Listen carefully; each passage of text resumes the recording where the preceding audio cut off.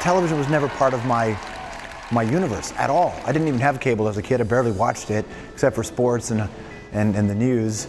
And what happened was in the course of my radio development, I was doing a lot of interviews and telling a lot of stories. And I like storytelling, and I like being part of that, like I said, that landscape.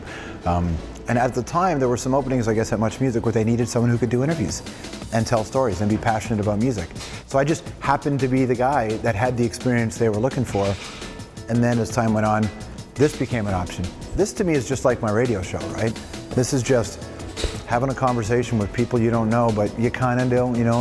I mean, I may not have met the audience, all of them, but I know who they are. I'm them, they're me, and I like that kind of nightly conversation, so that's what it is.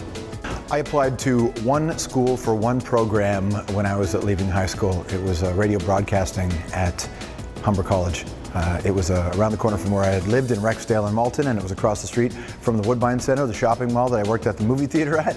And so my mother had gone to Humber, so Humber seemed like the place to go, and radio was the only course I could have possibly imagined doing. So there's stuff that I learned that I say to myself before every show. Like it's had an impact on my own life. I wouldn't have this career without Humber College, no way.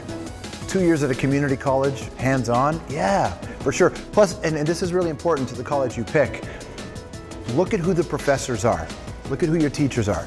I went to Humber College, and my radio writing teacher was Tim McClarty. I used to hear him on Q107. Same with Murray Smith, who taught me announcing. And those guys had jobs. Robert Holliday, on the air. Joe Andrews, on the air. Jerry Shawman had a long career in Wingham. People who were on the air, and I had heard them.